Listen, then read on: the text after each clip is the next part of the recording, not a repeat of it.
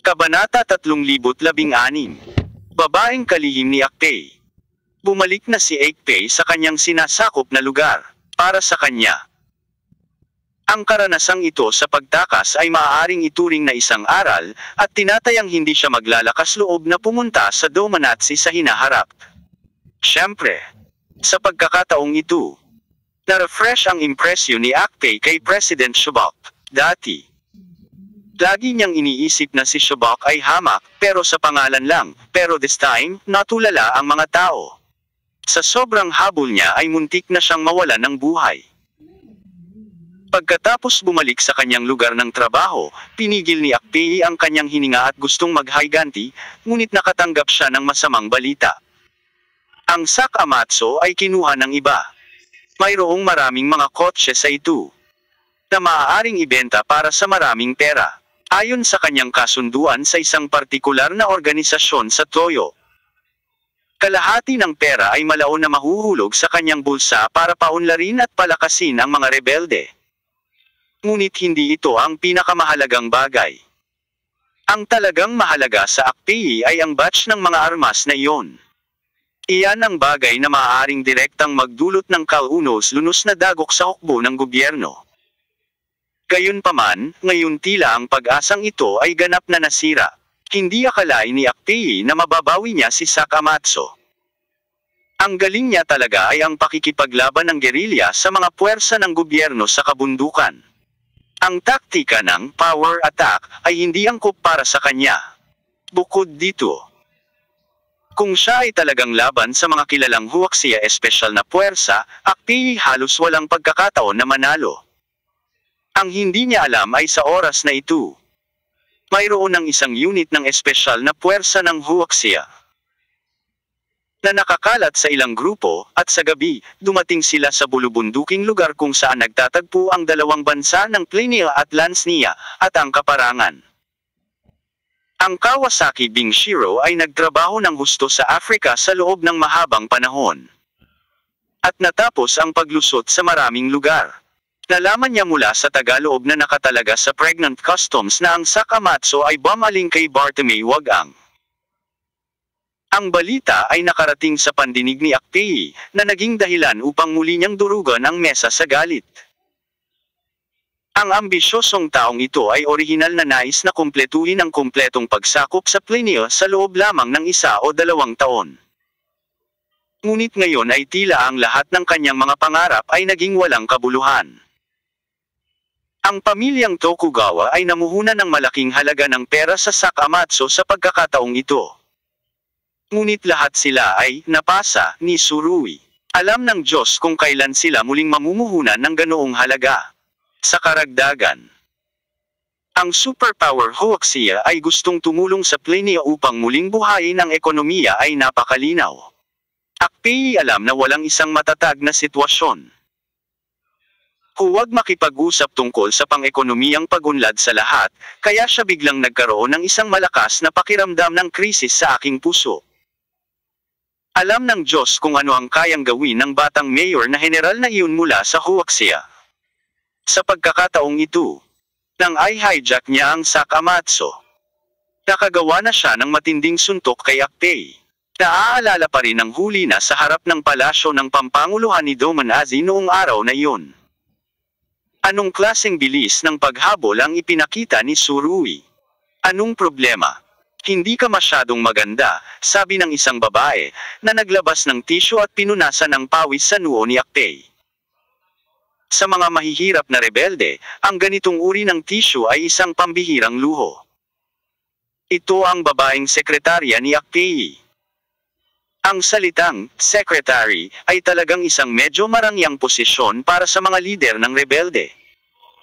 Hindi ko alam kung ano ang naisip nitong Akpay noong siya ay hinahabol ng mga tropa ng gobyerno. Ang isang security guard na kayang tumakbo at magdala ay higit na kapaki-pakinabang kaysa sa isang magandang babaeng sekretarya. Ang babaeng sekretarya na ito ay maputi, matangkad at balingkinitan, nataliwas sa lakas ni Akpay. Ngunit kung tutuusin sa kanyang mga galaw na nagpupunas ng pawis at sa tono ng pananalita ay tila nalampasan niya ang isang babaeng sekretarya. Ang saklaw ng dapat gawin ng kalihim. Ipinulupot ni Akpei ang kanyang mga braso sa balingkinitang baywang ng babaeng sekretarya at hinayla ito sa kanyang mga bisig. Nokora, baka kapus ako ngayon.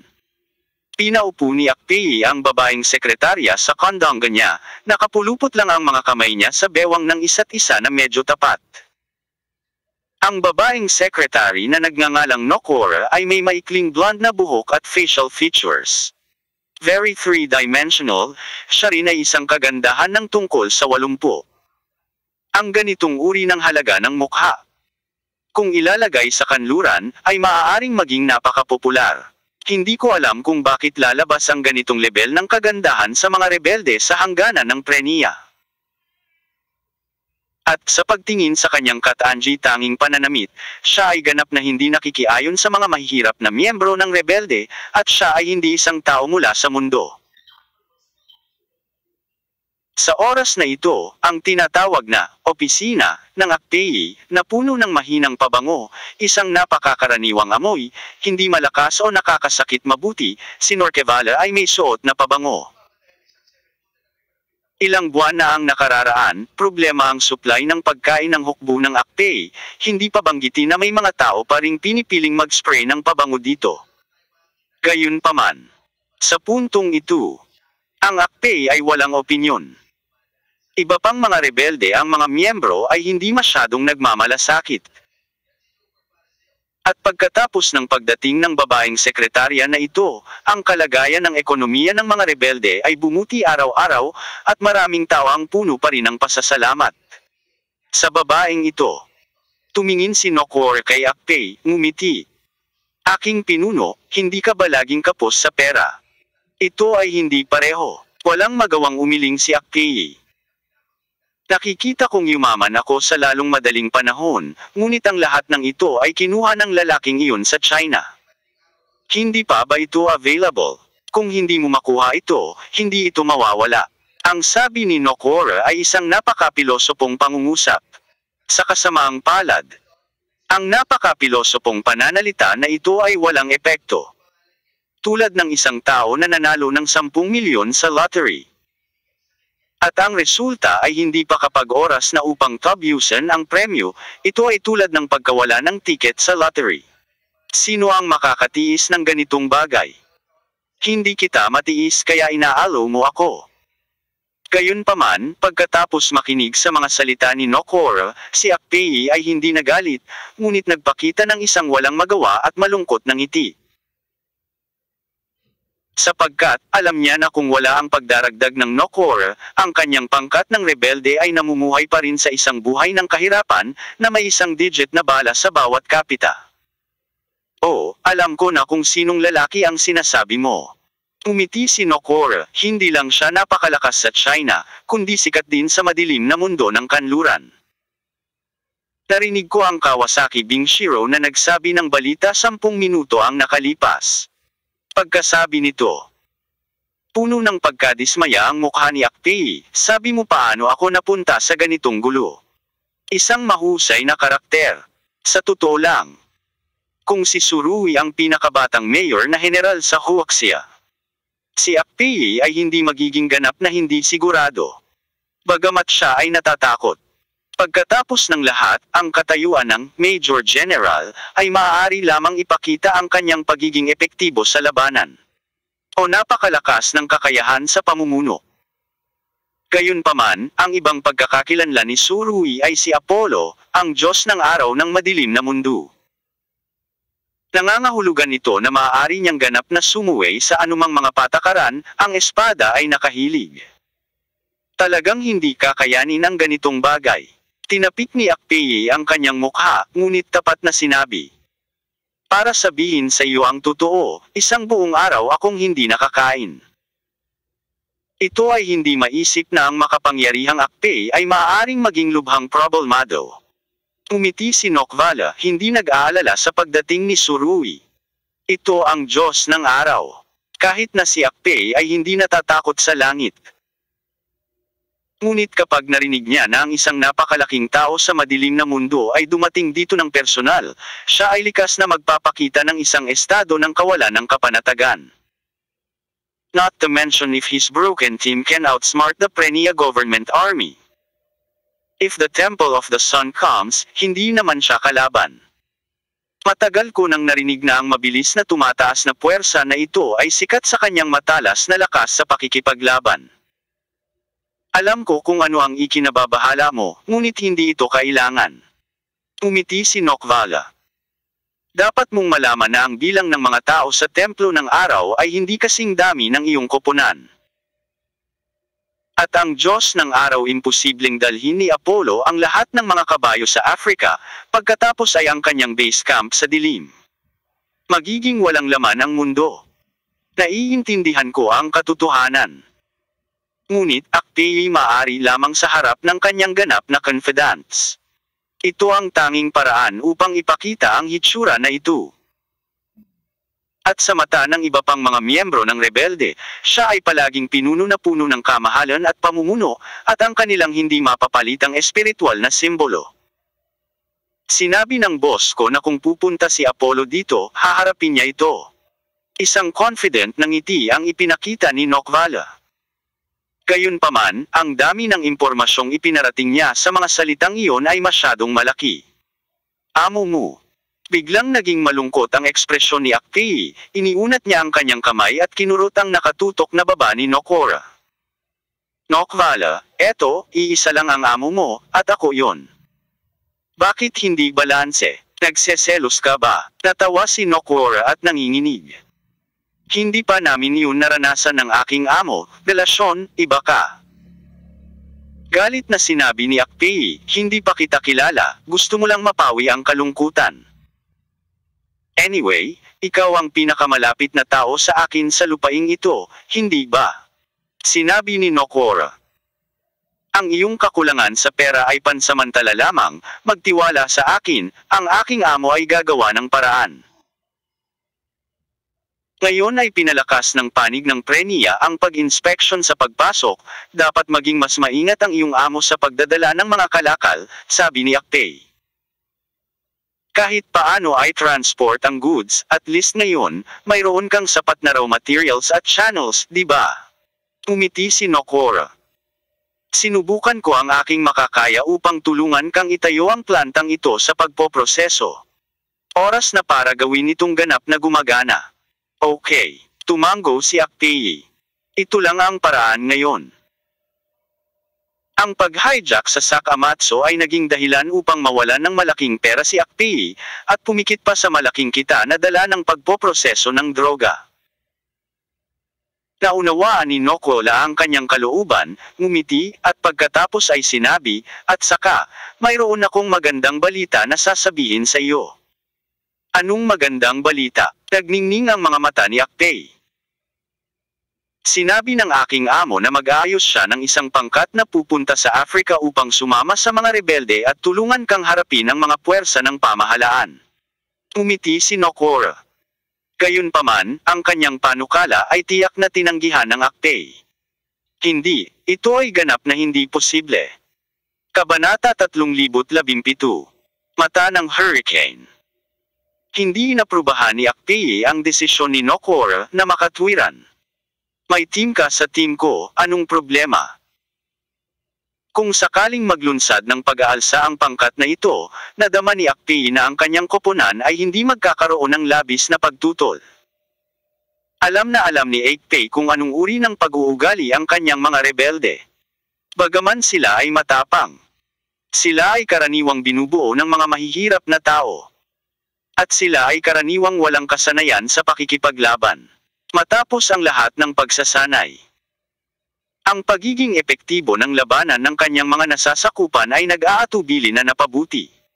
At least, hindi na mauulit ang insidente ng putok na 2 kilometro ang layo tulad ng dati.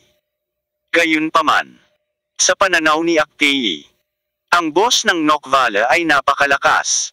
Dumating ang isang Nokvala. Bagaman nagdala siya ng maraming pera sa kanyang sarili. Ngunit hinayaan din siya mula noon. Ang kanyang sariling koponan ay pinansyal na kontrolado ng iba. Kung ang isa pang pangkat na may malakas na kakayahan sa pakikipaglaban ay inayos na pumasok. Kailangan pa bang baguhin ng mga rebeldeng Plenia ang kanilang mga sekta? Sa makatuwid, mahigpit na tumanggi si Akpei nang hindi man lang nag-iisip tungkol dito. Sa totoo lang, kamakailan lang, sinubukan na ni Akpei na humiwalay sa kontrol ng Kawasaki Bingshiro. Kapag matigas ang kanyang mga pakpak, gusto niyang lumipad ng mag-isa, na likas din ng tao. Ito ay talagang isang front-footed na lobo at isang backdoor na tigre. Napakaraming tao ang nakatitig sa malaking cake ng Akpei, at wala siyang magandang buhay kahit anong mangyari.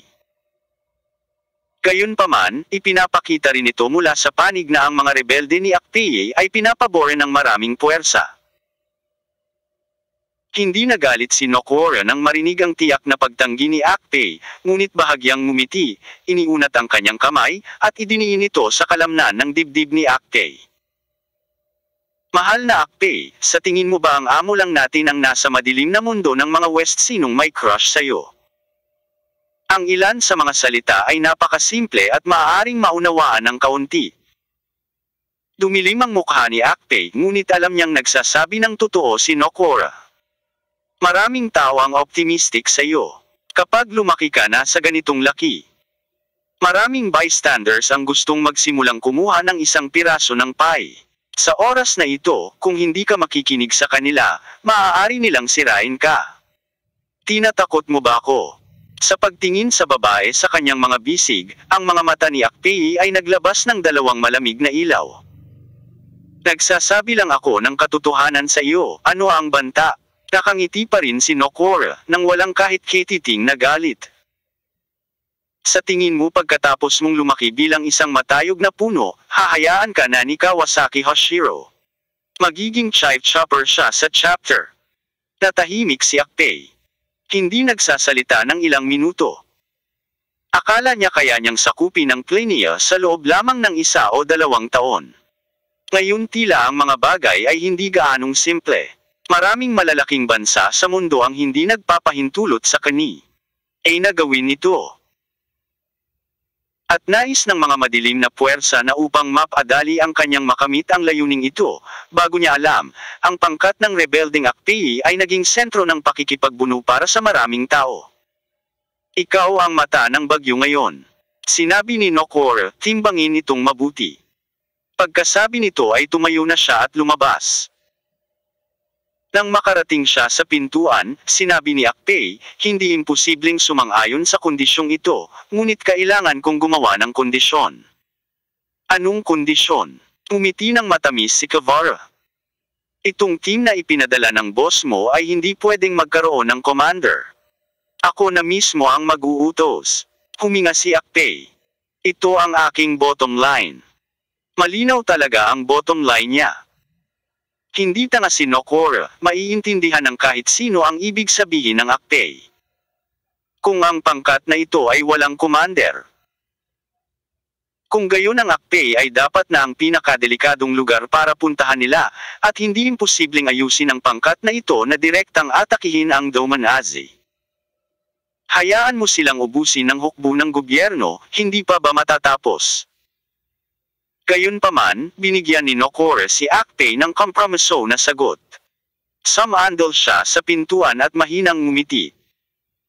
Kung gusto mo, walang ibang commander na sasalihan, inatasan ako ng boss ko na mamahala sa pangkat na ito. Pagkatapos, umalis siya nang hindi binibigyan ng pagkakataon si Akpei na makipagtawaran. Hinampas ng malakas ni Akpei ang mesa, nag-isip ng mahabang panahon, at may matinding liwanag sa kanyang mga mata. Dahil naglakas loob kang kunin ang koponan na ito sa ilalim ng aking ilong. Kung gayon mayroon akong 100 paraan upang kunin ito para sa aking sarili. Tumingin si Akpei sa pinto, Nokora, napakabata mo pa. Dinala ni Surui ang Sakamatsu sa Port Bartolomeo at hindi nakatagpo ng anumang pananambang, kahit na si Toyo. Protesta ng mga negosyante. Alam niyang nailabas na ang balita rito, at umatras si Akpei sa kabila ng mga kahirapan. Alam din ng taong ito kung gaano siya timbang at hindi piniling itulak ng husto. Kaya lang medyo nanghihinayang si Surui. Kung tutuusin, may hawak siyang mabigat na sandata ngayon. Kung nakipag-ambush siya kay Akpei sa oras na ito ay akmang-akma. Nakatayo sa Sakamatsu. Tinitingnan ang abalang eksena sa construction sa Port of Baltimore. Ang panahon ay hindi masyadong mainit sa oras na ito, ang asul na kalangitan at puting ulap, at ang simoy ng hangin, biglang naramdaman ni Tsurugi ang isang uri ng nakaka-relax at masayang pakiramdam. Sa hinaharap, anong kapanapanabik na mga senaryo ang lalabas sa lupaing ito? Tiningnan ni Tsurugi ang malaki at marilag na daungan at inisip ang araw kung kailan ito natapos. Sa lupaing ito, maraming bagay ang mangyayari sa hinaharap, at ang mga bagay na ito ay hindi mapaghihiwalay na nauugnay sa kanilang inang bayan. Kung ang 500 milyong munang kaparangan ay talagang magagawang taniman, at pagkatapos ay iluluwas ang mga pananim sa Hokuseo Tsurugi, nakakatuwang isipin ito. Bago tuluyang makumplito ang Port of Baltimore na ito, kailangan pang gawin ni Tsurugi ang ilang bagay. Sa mga sumunod na araw, si Tsurugi ay nasa isang estado ng kumpletong pagpapahinga. Nagpalit na lang siya ng damit at muling naglakbay sa kahabaan ng Pearland Railway. Bagamat hindi masyadong maganda ang kapaligiran ng tren at napakaluma ng mga pasilidad, at least napakaganda ng tanawin sa labas ng bintana. Pagkatapos ng matinding laban, kailangan kong magpahinga. Ang destinasyon ng biyahe ni Tsurugi ay napakasimple, iyon ay ang lugar na inookupahan ng mga rebelde. Habang papalapit siya sa lugar na ito, mas naramdaman ni Tsurugi na walang magawa. Seryoso, ang mga gobyerno ng Prenia at Lansnia ay talagang walang silbi. Ang napakalaking bahagi ng teritoryo ay nilamon sa dalawang bansa. Noong nakaraan, dinala ni General Slackson ang mga tropa ng pamahalaan upang labanan ang mga rebelde. Nais niyang samantalahin ang kawalan ni Akpei upang manalo sa isang malaking labanan. Ngunit hindi niya inaasahan na ang mga rebelde ay natutong maging matalino, hindi man lang lumaban kay Slackson, at direktang umatras sa teritoryo ng Lansnia sa kabuuan. Dinala ni General Slackson ang kanyang mga tropa at kabayo sa paligid ng mga bundok para sa ilang laps, ngunit wala siyang mahanap na kahit sino. Wala siyang choice kundi umatras. Dahil sa sobrang pag-iingat, hindi man lang inayos ni Slackson na sakupin ng kanyang hukbo ang lugar na inookupahan ng mga rebelde. Ito ay isang bagay na hindi kayang tiisin ni Tsurugi. Naramdaman ni Slackson na likas na tuso si Akpei. Paano kung bumalik siya at kinain ang bahagi ng tropa ng gobyerno na nanatili sa sinakop na lugar? Sa kasong iyon, ang pagkalugi ay magiging malaki. Bagamat may napakagandang record si Slackson mula nang siya ay manungkulan, hindi pa rin siya nababaluktot sa ilang lugar. Halimbawa, ngayon kung si Tsurugi iyon, malamang na maglalaan siya ng pain sa lugar ng trabaho at hahayaan niyang maamoy ni Akpei ang halimuyak, at pagkatapos ay hindi niya mapigil ang kainin ito. Pero ngayon, huli na para magsabi ng kahit ano. Sa pamamagitan ng Pearland Railway, madali kang makapasok sa inookupahang lugar at pagkatapos ay maabot ang teritoryo ng Lansnia. Gayunpaman, hindi magagamit ng hukbo ng gobyerno ang pamamaraang ito. Ang mga rebelde ay magse-set up ng mga card paminsan-minsan. At walang dalawang hinto.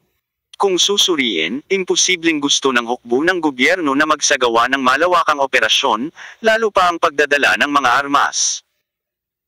Ang mga sinakop at hindi sinakop na lugar ng mga rebelde ay naging dalawang bansa.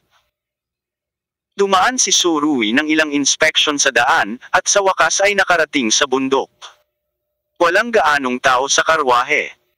At ang ilan sa kanila ay ang pinakamahirap. Kumuha sila ng ilang mga espesyal na produkto mula sa mga bundok at ibinibenta ang mga ito sa mga bayan sa labas. Kapalit ng ilang pera at mga materyales sa pamumuhay. Sa Africa, huwag maliitin ang sinumang gumagalaw. Maaaring may 100 tao sa likod niya na naghihintay na pakainin siya.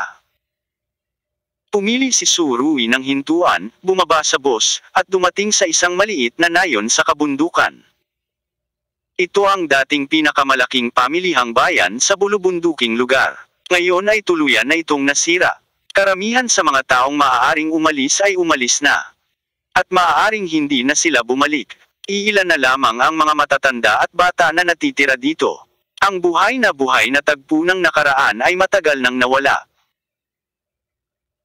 Ang pamumuhay dito, hindi nakakasawa ang mga tao dahil alam nilang lahat na kailangan nilang humanap ng paraan upang mabuhay, kung hindi, maaari silang mamatay sa gutom sa bundok na ito. Mula sa araw na sila ay isinilang, sila ay hindi mapaghihiwalay sa salitang kahirapan. May mga taong gustong magbago, at may mga taong tamad. At ang mga gustong magbago, karaniwang sumali sa mga rebeldeng inorganisa ng Akpay. May pananabik sa kanilang mga puso. Nais nilang maging mga alipin at kumanta. Kaya't handa silang tahakin ang daang ito. At ang malalim na ugat na pananabik na ito ang sumusuporta sa kanila upang sumambulat ng napakalakas ang pagiging epektibo ng labanan ng gobyerno ay naging sa isang pagkapatas ng napakatagal. Sa totoo lang, ito ay isang himala. Kasunod ng Akpay. Maaari mong pigilan ang iyong sarili mula sa gutom hanggang sa kamatayan. At maaari mong panatilihin ang iyong pag-asa para sa isang mas magandang buhay sa hinaharap. Kahit na medyo delikado, handa kang gawin ito. Bilang karagdagan, ang Akpay ay medyo mahusay sa pagbili ng mga puso ng mga tao. Sa tuwing nakakakuha siya ng kaunting suporta mula sa mga taga-silangan, palagi siyang magpapalit ng pagkain para ipamahagi sa mga nayon sa sinasakop na lugar. Napakaliit, ngunit sapat na para mas determinado siyang sundan ng mga tao. Siyempre, may kondisyon ang pamamahagi ni Akpay. Ang mga taong binibigyan niya ng pagkain ay ang mga miyembro ng pamilya ng kanyang mga nasasakupan. Hanggat sasali ka sa kanyang hukbong rebelde, ang buong pamilya ay magkakaroon ng pagkain, bakit hindi? Si Surui ay naglalakad sa sira-sira na nayon, pinapanood ang lahat ng ito, napaka-emosyonal niya. Alam niya na maaaring mahirap sakupin ang mga puso ng mga tao sa sinasakop na lugar na ito pagkatapos talunin ng Akpay, at ang mga autoridad ng buntis ay kailangang gumawa ng higit pang pagsisikap. Kabanata 3018. Pakikipagtagpo sa mga rebelde. Si Surui ay tulad ng isang ordinaryong backpacker na naglalakad sa mga bundok ng Plania. May dala siyang tuyong pagkain at tubig. Ngunit hindi niya kailangang manghiram ng pagkain sa mga taga-nayon. Wala siyang gaanong komunikasyon sa kanila. Siyempre,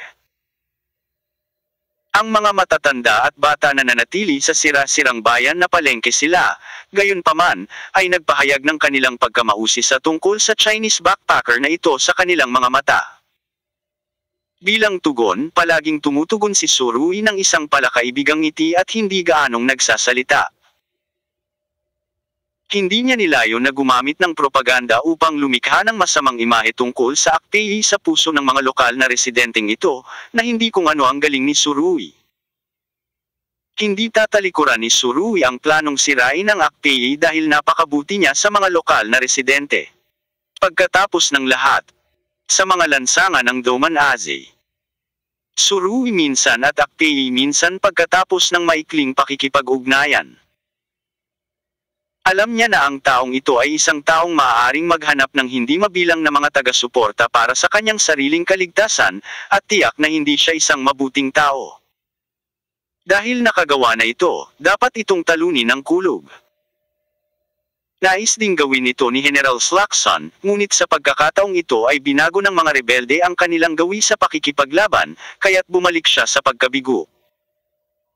Mula dito, hinuhusgahan ni Slackson na maaaring mayroong bagong think tank type figure sa loob ng mga rebelde.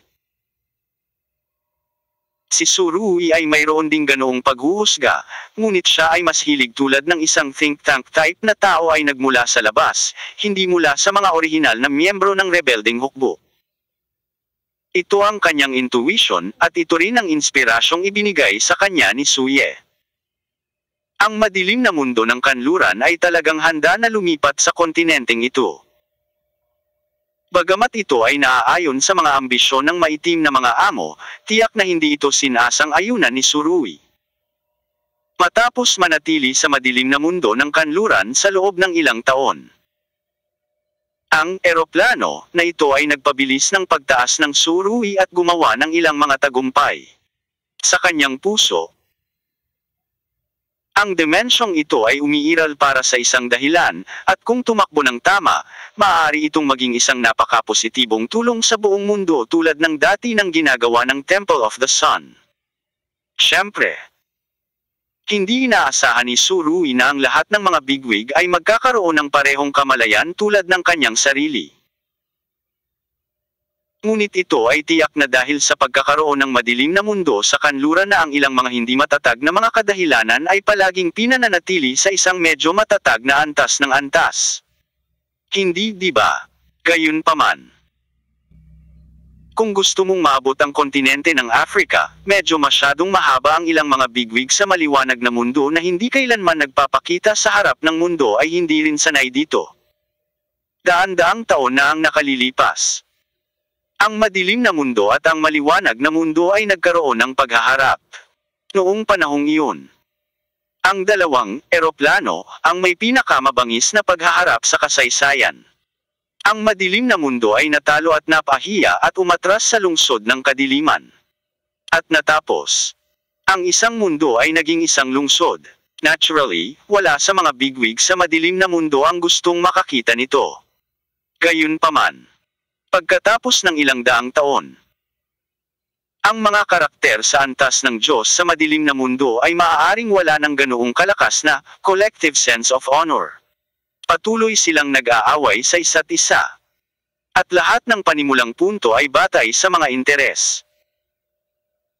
Siyempre, naabot nila ang Africa para sa kanilang sariling kapakinabangan, hindi para sa pagpapalawak ng madilim na mundo, upang muling gawin ang engranding eksena ng dimensyong ito. Gayunpaman, ang mga ganitong uri ng pag-uugali ay isa sa alang-alang ng ilang unsung bigwigs sa maliwanag na mundo, na ang pagpapalawak. Napakalaki ng teritoryo ng mundo, at napakaraming cake. Kung ang madilim na mundo ay tumataas ng kaunti, ang iba ay bababa ng kaunti. Obviously, hindi ito kinukonsinti ng ilang bigwigs.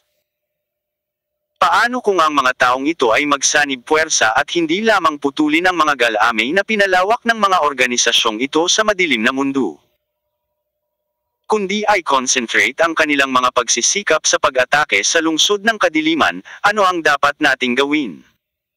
Mula sa pananaw ni Surui, ang dalawang mundong ito ay hindi magkakaroon ng anumang posibilidad ng pantay na pakikipagbuno ng braso sa hinaharap. Masyadong malaki ang agwat ng lakas sa pagitan ng dalawang panig. Ngayon, sa mundo ng liwanag, mayroon ding ilang malalaking boss na lihim na nauugnay sa madilim na mundo ng kanluran, na nagpapahintulot din sa madilim na mundo na manatiling matatag sa isang tiyak na lawak. Gayunpaman, ang mga bagay ay bubuo at magbabago. Kung ang madilim na mundo ay hindi pinahahalagahan ang gayong kapaligiran sa pag-unlad, at sa halip ay iniisip na dapat itong magbahagi ng higit pang mga cake, kung gayon ang 100 mga templo ng araw ay hindi makapagliligtas sa kanila. Sa kasong ito, si Surui ay isa sa iilang bigwig sa madilim na mundo na kayang panatilihing kalmado ang kanyang ulo. Gayunpaman, habang naglalakad si Surui, bigla niyang nakita ang ilang tao na nakasakay sa mountain bike sa di kalayuan. Ang mga taong ito ay dapat na mga lokal. Ang mga motorsiklo sa ilalim ng kanilang mga puwit ay halatang hindi maganda. Maririnig mula sa malayo ang dagandong ng isang tractor rack. Gayunpaman, ang mga naturang motorsiklo ay isang pambihirang luho pa rin para sa mga residente sa kabundukan. Ang presyo ng segunda manong motorsiklo na ito ay kadalasang katumbas ng presyo ng ilang pamilya sa loob ng ilang taon, kabuo ang kita. Well, kahit na ang mga motorsiklong ito ay mga second-hand na kotse mula sa Toyo, na nagpapakita kung gaano kalaki ang negosyo ng Nodako Limited, na ginawa ng Kawasaki Hashiro sa mga nakaraang taon. Nag-aalala si Surui sa taong ito na hindi alam ang kanyang buhay o kamatayan, hanggat ang katawan ay hindi natagpuan. Kung gayon ang lahat ay nagkakahalaga ng patuloy na pagdududa. Sa pananaw ni Tsurugi, ang ibabaw na ito ay maaaring yumuko. Ang 90-degree oriental ay ang pinakakaraniwang nakangiting tigre at ang pinaka-nakakalason na cobra. Kapag hindi mo pinapansin, ibubuko niya ang bibig niya, lalabas ang mga pangil niya. Marahil dahil sa Kawasaki Hashiro, medyo hindi komportable si Tsurugi nang makita niya ang mga ginamit na kotseng ito. Ang mga taga-bundok na nakatira dito ay hindi kailanman gugugol ng ganoong kalaking pera upang makabili ng katulad na kotse. Pabayaan ang ilang mga sasakyan na lilito ng sabay-sabay, imposible ito. Hindi nag-alinlangan si Tsurugi sa kanilang lakas ng ekonomiya, ngunit alam niya ang direksyon ng kanilang pagkonsumo. Kapag may problema ka sa pagpuno ng iyong tiyan, ang lahat ng mga kagandahan sa kotse ay lumulutang na ulap. At kahit na ang isang marangyang Rolls-Royce ay hindi gaanong kaakit-akit kaysa sa isang plato ng mabangong inihaw na manok, ito ang pinakamakatotohanang kalikasan ng tao at ang pinakalikas na pan. Ganjay lang ng tao.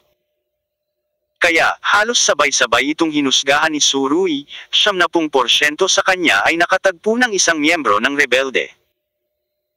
Bukod dito, ang mga miyembrong ito ng rebeldeng hukbo ay pawang lumabas sa pamilihang bayan na ito. Ngayon ay tila dapat silang lumabas upang magsagawa ng isang misyon at bumalik sa bahay. Ito ay medyo bihira para sa lalong sira-sira na bayan sa merkado ng bundok. Pagkatapos ng lahat, kapag maraming tao ang may kakayahang lumabas, pinipili nilang hindi na bumalik. Ang makulay na lungsod ay higit na mabuti kaysa sa walang buhay sa bulubunduking lugar na ito.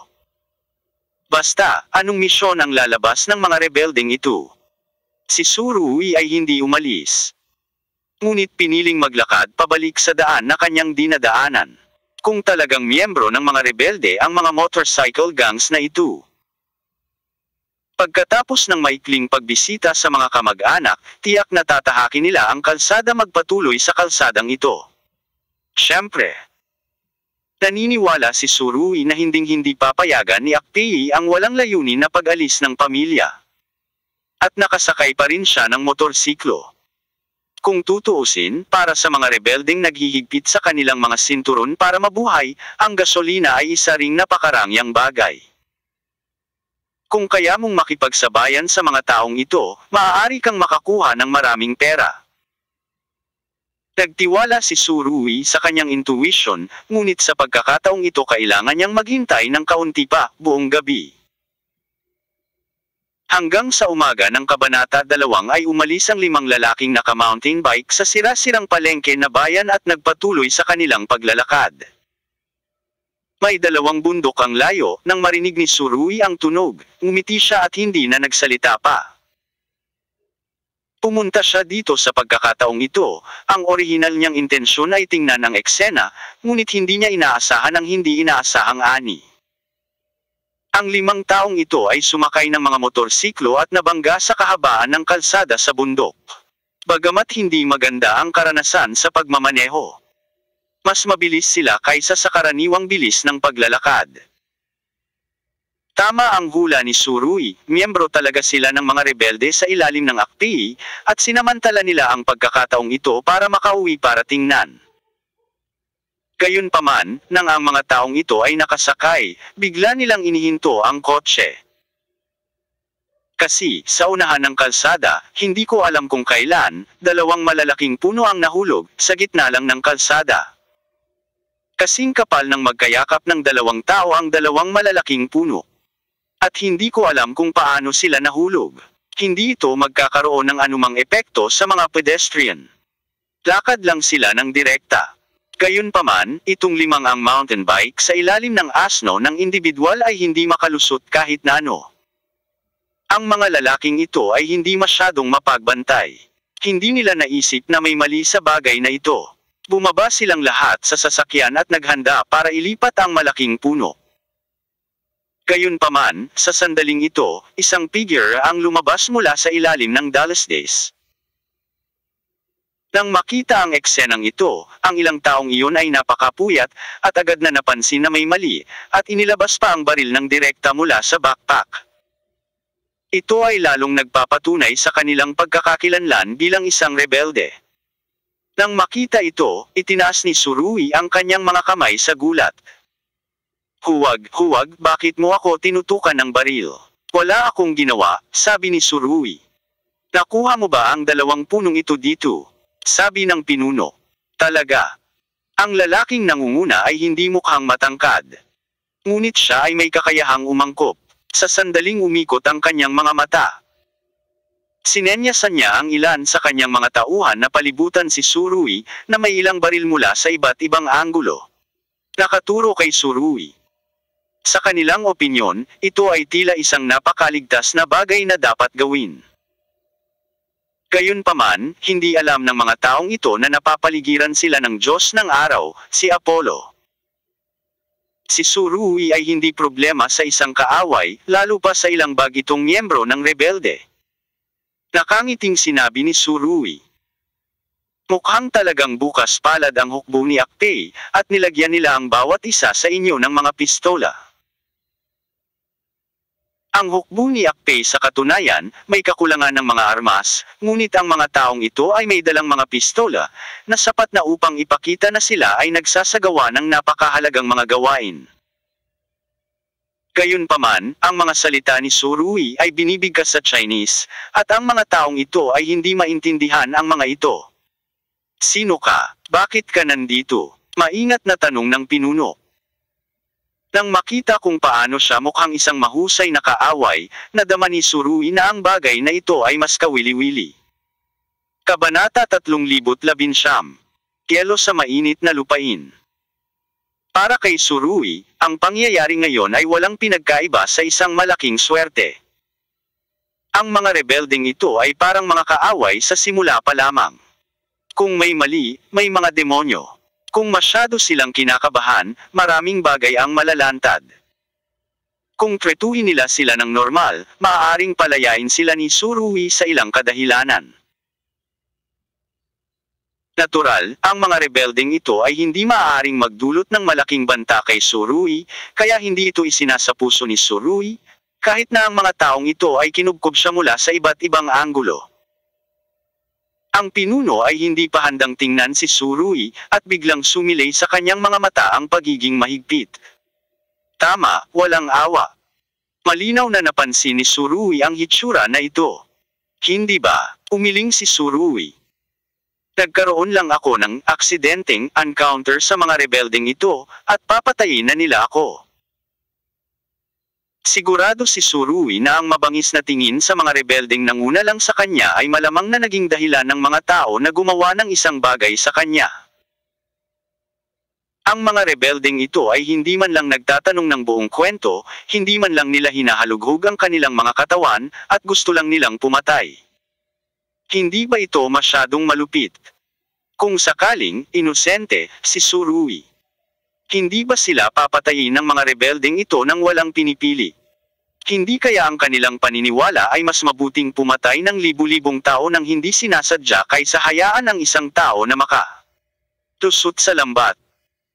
Tiningnan ni Tsurui ang mga backpack sa likod ng mga rebeldeng ito at nagpakita ng isang makabuluhang panunuya.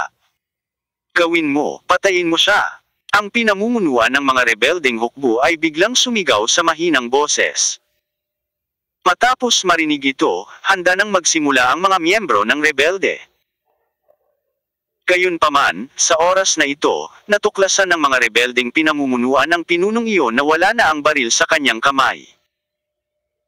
Sa sumunod na segundo, napagtanto niya na ang baril ay dumating na sa mga kamay ni Tsurui, at ito ay nasa kanyang noo. Paano mabilis na nagbago ang mga bagay? Medyo hindi inaasahan ang pakiramdam ng mga rebeldeng ito. Hinawakan nila ang kanilang mga baril at nagpatuloy sa pagturo kay Tsurui, ngunit hindi sila nang ahas na bumaril. Hindi lang nila nakita kung paano kinuha ni Tsurui ang baril. Ilang beses nang umingiti si Tsurui, at pagkatapos ay nagsabi, "Hayaan mong ibaba ng iyong mga nasasakupan ang kanilang mga baril, kung hindi, sasabugan ko ang iyong ulo." Pagkatapos, hinawakan ng isang kamay ni Surui ang pinuno ng mga rebelde sa balikat, pagkatapos ay tumayo sa likuran niya, hawak ang kanyang pistola sa kanyang mga templo. Ang pinuno ng mga rebelde tinitigan ng mga rebelde si Surui na may malungkot na mga mata, natahimik siya ng ilang segundo, at biglang nagsabi. Hindi ko alam kung ano ang nagbigay sa iyo ng lakas ng loob, ngunit ito ang teritoryo ng General Akpei, gawin mo. Ito, huwag mo nang isipin ang pag-alis sa bundok na ito. Ito ang pinaka-walang kapangyarihan na banta. Nang sabihin niya ang mga salitang ito. Walang ideya ang miyembro ng rebeldeng ito na tiyak na isa si Surui sa pinakamahusay sa mundo. Lahat ng mga eksperto sa labanan sa lupain. Kung ang dalawang panig ay talagang magsisimula ng isang matinding labanan, ipapadama sa kanila ni Surui kung ano ang batas ng gubat. Talaga. Mapanuksong ngumiti si Surui, at pagkatapos ang mga daliring nakahawak sa balikat ng kalaban ay biglang nagpuwersa. Ang lalaking ito ay nagpakawala ng isang malakas na dagandong nang hindi mapigilan, ang kanyang buong mukha ay napinsala sa sakit. Malinaw niyang narinig ang paglangit-ngit ng mga buto sa kanyang balikat. Na para bang naiipit ang mga iyon. Umabot ito sa level ng bone fracture. Parang sapot ng gagamba ang sakit na kumalat sa buong katawan, nanginginig ang tao sa sakit. Napakasimple ng kahulugan ni Surui. Ano ang gusto ko, halatang halata na. Kapag hindi mo ako sinunod ulit, hindi ko nababaliin ang balikat mo sa susunod, kundi ang leeg mo. Ang kanyang tono ay walang malasakit, ngunit ang nakamamatay na aura na nakapaloob dito ay tila nagpababa ng temperatura sa paligid ng ilang degree ng sunod-sunod. Hindi alam ng mga rebeldeng miyembro na iyon ang gagawin. Ngayon, bagamat kinakabahan ng lahat, hindi nila ibinaba ang kanilang mga baril. Bakit ka pa kumapit? Sinabi ni Surui. Habang ang isang kamay ay nakahawak pa rin sa balikat ng pinuno, ang kabilang kamay ay pinahit ang nguso ng baril sa ibang direksyon, at hinayla ang gatilyo sa guya ng isang miyembro ng rebelde.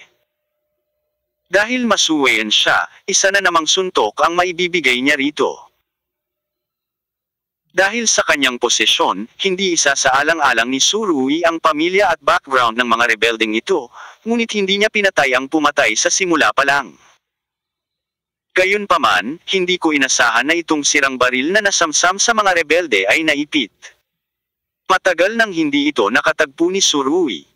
Isang mababang antas na aksidente ang nangyari sa oras na ito, at si Surui ay ganap na natigilan. Sa sandaling nakita nila na ang baril ni Surui ay hindi makaputok ng bala. Ang mga miyembro ng rebelde ay natigilan saglit. Pagkaraan ng isang segundo, sa wakas ay nag-react sila at sabay-sabay na hinatak ang gatilyo kay Surui. Wala silang pakialam na nasa kamay pa rin ni Surui ang kanilang kapitan. Sinipa ni Surui ang mga rebelde nang biglang tumungo. At ang katawan ng huli ay tumalon pasulong. Na nagpabagsak sa dalawang rebelde sa lupa. Gayunpaman, ang kanyang sariling katawan ay tinamaan din ng mga bala ng kanyang mga kasama. Ilang butas ang nadrill. Habang pinalayas ni Surui ang mga rebeldeng pinamumunuan niya, bigla niyang inihagis sa kanyang kamay ang basag na baril at direktang tinamaan sa dibdib ang isang miyembro ng mga rebelde.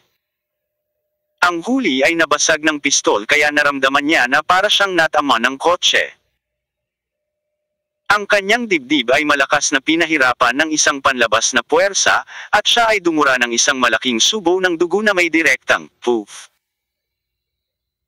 Kasabay nito, biglang nagliyab ang figure ni Surui, halos parang teleportasyon, at ibinagsak ang sarili sa harap ng huling miyembro ng rebelde. Hindi masyadong nakita ng huli kung ano ang nangyayari. Biglang lumaki ang isang kamao sa kanyang harapan, at saka tumama sa tungki ng kanyang ilong. Sa isang klik, naputol ang tungki ng kanyang ilong at agad na bumagsak. Madilim sa harap niya, at diretso siyang nahimatay sa lupa. 1 sa 5 sa isang iglap. Paano magiging kalaban ni Surui ang mga rebeldeng miyembrong ito? Ang dalawang rebelde na direktang inatake ni Surui ay nahimatay. Ang natitira ay nalaglag sa lupa at hindi na makabangon. Bilang resulta, Hinawakan sila ni Surui sa ulo at lumingon sa isa't isa. Sa isang pagpindot, nagkaroon ng muffled sound, at si Chi-Chi ay nahimete sa lupa. Nang magising ang mga rebelde, natagpuan nila ang kanilang mga sarili na nakatali sa isang puno. Ang kapitan na binugbog nila hanggang mamatay ay nakahiga sa kanilang paanan at hindi na maimulat ang kanyang mga mata. Gayunpaman, hindi nagtagal, natuklasan ng 4 na miyembro ng rebelde na may mali. Tapos may matinding galit sa mga mata niya. Dahil lahat ng damit nila ay hinubad ni Surui. Walang damit sa katawan. Huwag kang magalit. Kahit galit ka, walang kwenta. Simula nang itali kita, hindi ko na binalak na tumakas ka. Umiling si Surui, at pagkatapos ay itinuro ang 5 sa lupa. Backpack, tingnan mo kung ano ito. Nalaman ng 4 na miyembro ng rebelde na lahat ng mga backpack na dala nila ay binuksan ni Surui. Ito ang kanilang buhay. Kung ang mga bagay na ito ay hindi maihatid ng ligtas, kung gayon ang kanilang General Akpei ay maaaring batas militar sa kanila. Hindi ko akalain na napakalaki pala ng sulat kamay mo. Umiti si Surui. Sa lupa, mayroong 12 ng mga transparent na plastic na selyadong bag na may iba't ibang laki, at sa loob ng mga selyadong bag ay puno ng mga puting kristal. Yelo, ba ang bagay na ito? Tiningnan ni Surui ang bagay na ito, na may pangungutya at kawalang interes sa kanyang mga mata. Gayunpaman, sa palagay ko ang iyong mga kasanayan ay maaaring medyo pangkalahatan, kayong ang kulay ay hindi masyadong maganda.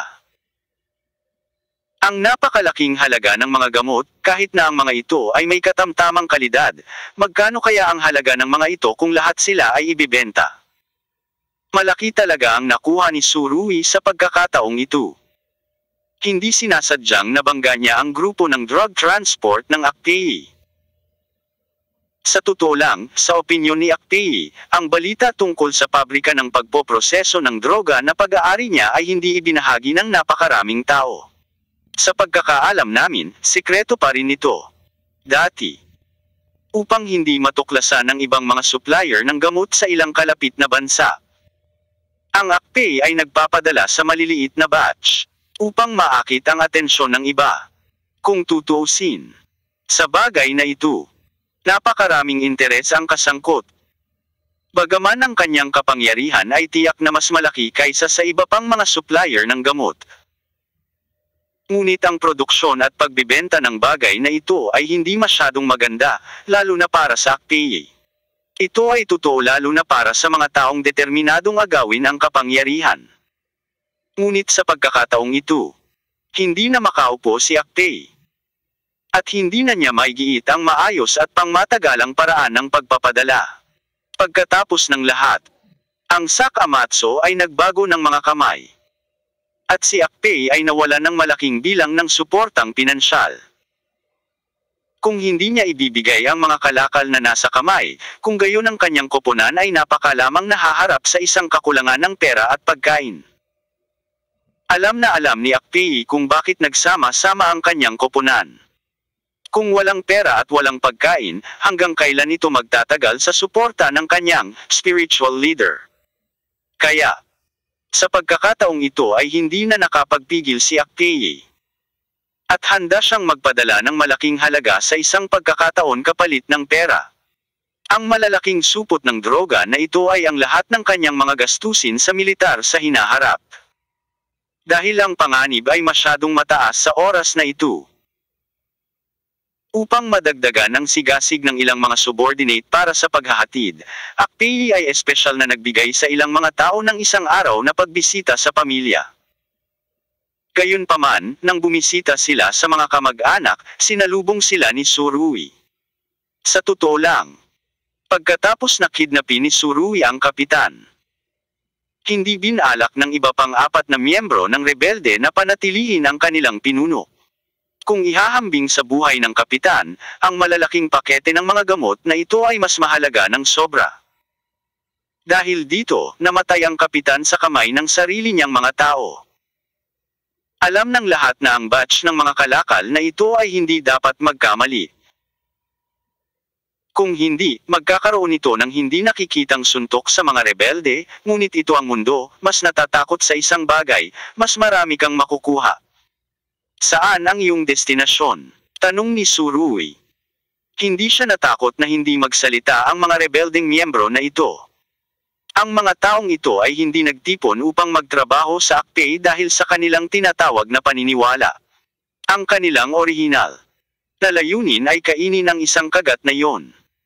Sure enough, walang nagsalita.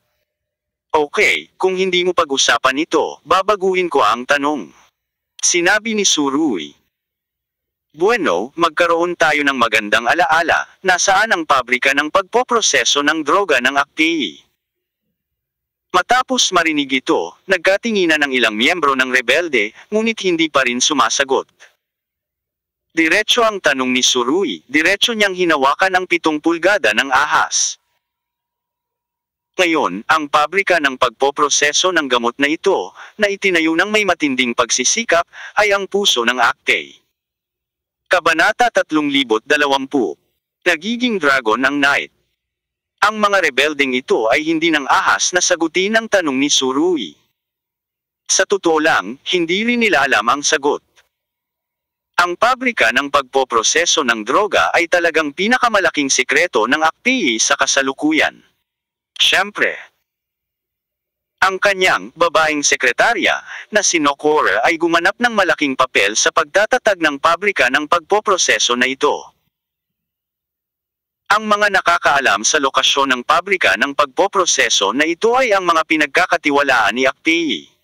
Kung tutuusin, sa tuwing nagde-deliver sila ng mga kalakal sa transporter, ilang beses na silang nagpalit ng kamay, na palihim ang trabaho, maingat na ginawa.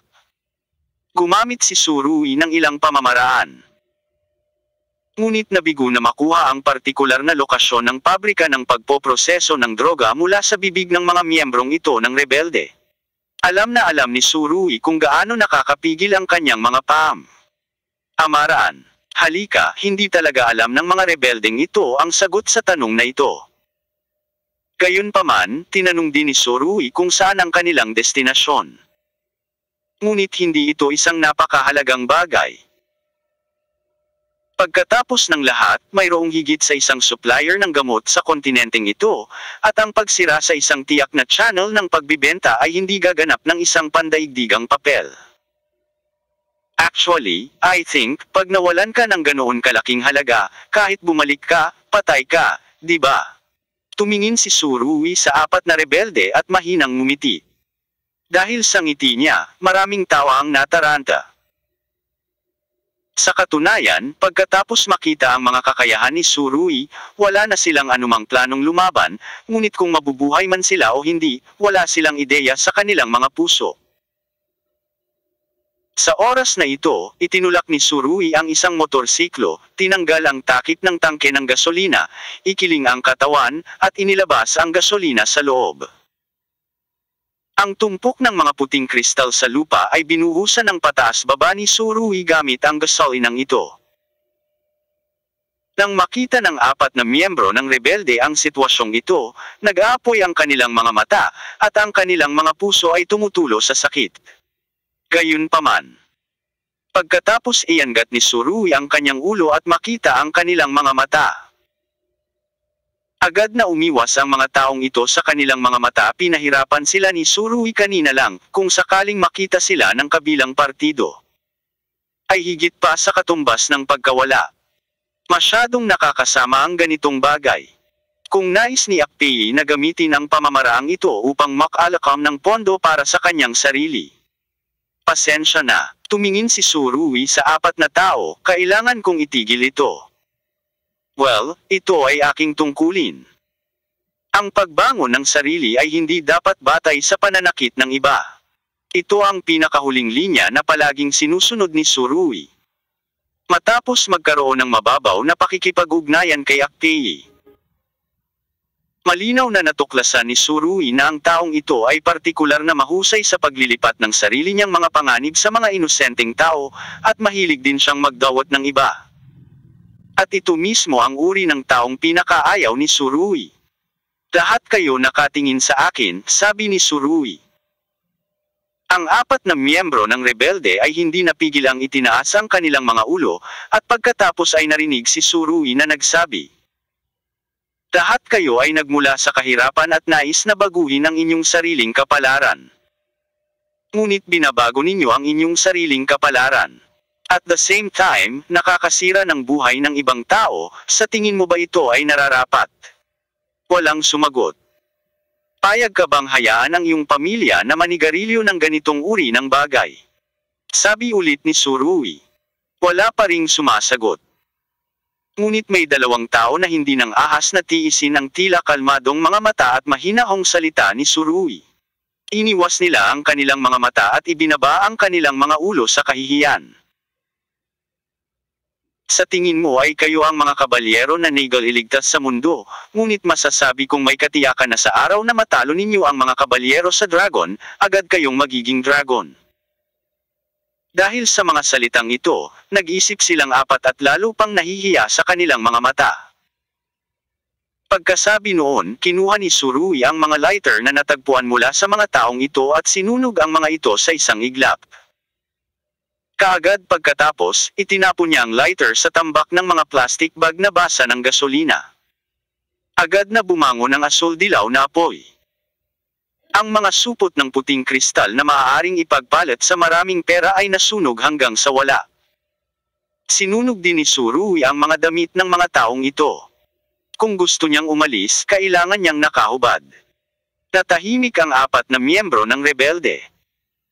Ipagpapatuloy mo ba ang pagsunod kay Akpei at gagawa ng mga bagay na walang konsensya? O lilipad ka na ba mula ngayon at ipapalagay sa kanya na patay ka na? Pinaningkitan sila ni Surui, "Road obviously, ikaw ang pumili." Ang mga rebeldeng ito ay mula rin sa mahihirap na pamilya. At sumama sila sa mga rebelde ni Akpei para lang kumain ng kagat. Kung magising sila, gagawin din ni Surui na ayaw kong masaktan ang pumatay. Tiningnan lang ni Surui ang kanilang mga guilty eyes, kung hindi siya makakagawa ng ganoong desisyon. Narinig ng apat na miyembro ng rebelde at agad nilang napagtanto na pakakawalan sila ni Surui. Sa totoo lang, ang pagpipiliang ito ay hindi mahirap, kung sasabihin nilang gusto nilang ipagpatuloy ang pagsunod sa Akpei, kung gayon ang pagtatapos ay dapat na isang salita lamang kamatayan. Walang gustong mamatay, lalo pa, mulat sila sa sarili nilang problema. Tinalo ng mga kabalyero ang dragon at naging dragon hindi ang hinaharap na gusto nila. "Pinili naming umalis," sabi ng mga miyembro ng rebelde. "Well, mabuti." Humakbang pasulong si Surui at kinalas ang mga tali na nakatali sa mga taong ito. Sa pananaw ni Surui, maraming tamad na tao sa kontinente ng Africa. Ang ilan ay kumakain at naghihintay na mamatay, habang ang iba ay handang gumawa ng mga pagbabago upang ituloy ang isang mas magandang buhay. At ang mga sumusunod sa Akpei ay handang gumawa ng mga pagbabago. Sa mga kamay at paa, maaari kang pumunta sa ibang paraan. At saka, hindi rin makakatagal ang Akpei, sabi ni Surui. Bagamat simple ang mga pananalitang ito, taos-puso rin ang mga ito, at nagpahayag pa nga ng napakahalagang mensahe sa kanila. Kung mapanghawakan man ito ng mga rebeldeng miyembro ay ibang usapin. Same time na tumango ang apat. Tapos parang nahihiya na naman sila. Dahil sinunog ni Surui ang mga damit nila, gusto mo bang umalis ng hubot-hubad? Hindi naman mahirap para sa iyo na maghanap ng damit. Maaari mong lutasin ang problemang ito sa iyong sarili. Tumingin si Surui sa apat na itim at malalakas na lalaki, nagkukunwaring kalmadong umiti siya, pagkatapos ay tumalikod at tumigil sa pagtingin. Well, baka ma-inferior siya pagkatapos niyang panuurin ito. Para kay Su Xiaoxiu, isa rin itong malungkot na kwento. Matapos wasakin ang mga gamot na ito, hindi kaagad umalis si Surui, ngunit nakahanap ng isang lugar na malapit na makapagpahinga, at kasabay nito ay nagpadala ng mensahe sa isang partikular na unit ng Flame Brigade. Matandang tiyan, magdala ka ng isang tao dito, ako sa bundok Hulaming. Bago iyon, ilang beses nang nakapasok ang Flame Brigade sa Prenia at Lansnia, Hindi magaling si Akpei, digmaang gerilya.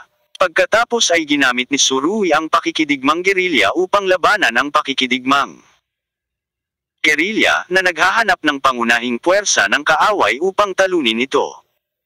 Hindi pa rin siya naniniwala na ang Huaxia Special Forces na dinala niya ay maaari pa ring ibagsak ng mga taong ito.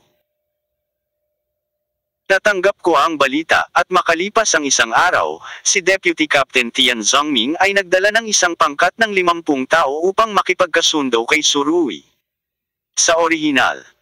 Sa pagkakataong ito ay dumating si Surui sa kabundukan. Nagbabalak na pumili ng isang estilo, ngunit hindi niya inaasahan na makikilala niya ang Reg Alongbag ni Akpei, at kahit na siya ay kailangang maramdaman ang kanyang swerte.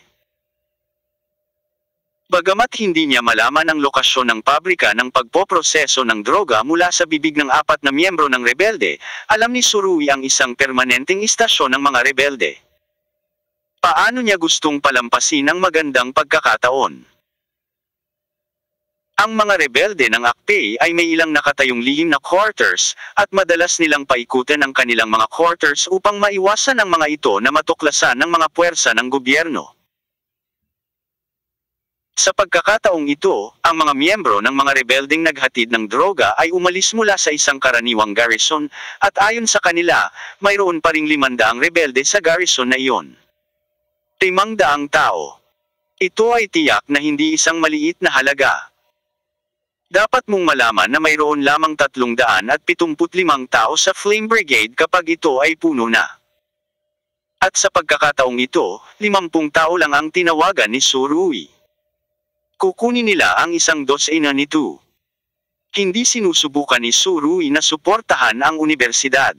Matapos lumaban ang ilang miyembro ng rebeldeng naghatid ng droga.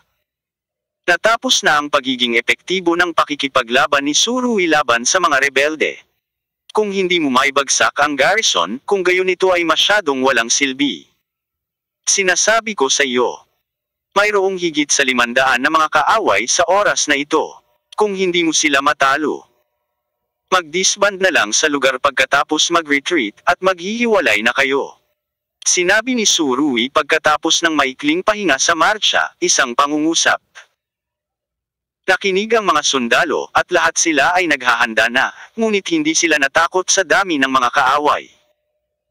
Ang mga batang mandirigma na ito ay matagal nang nagtitimpi. Dati, kinuha ni Surui ang komando para salakayin ang Sakamatsu at pinaputok ang chapter shot ng Flame Brigade sa larangan ng digmaan. Nadurog ang puso ng mga mandirigma na nakibahagi sa labanan.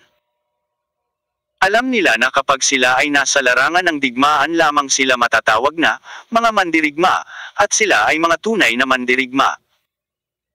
Tandaan, ang iyong kasalukuyang pagkakakilanlan ay hindi mga espesyal na puwersa ng Huaxia.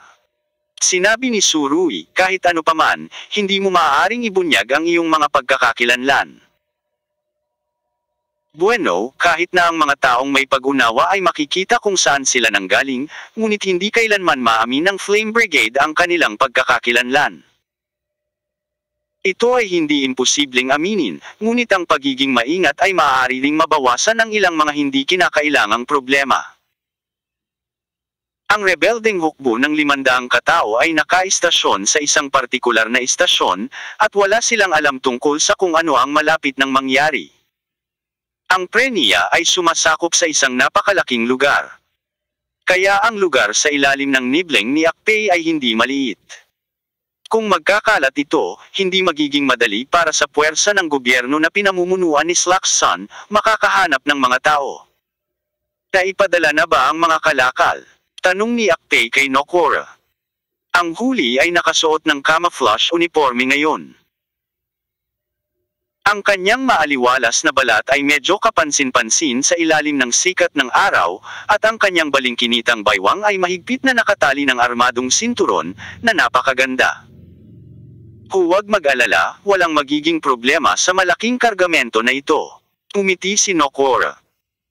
Pagkalipas ng 2 araw, maaari kang maghintay para sa malaking halaga ng pera na makredito. Sinabi ni Akpei, hindi ko alam kung bakit, ngunit palagi akong nag-aalala. Natatakot ka ba kay Apollo? Umiti si Nokora, inabot at tinapik ang likod ni Aktay. Tara na, huwag mo nang isipin, sumakay ka na sa kotse, hindi mo ba iinspeksyon ang iba't ibang istasyon? Oras na para pumunta tayo.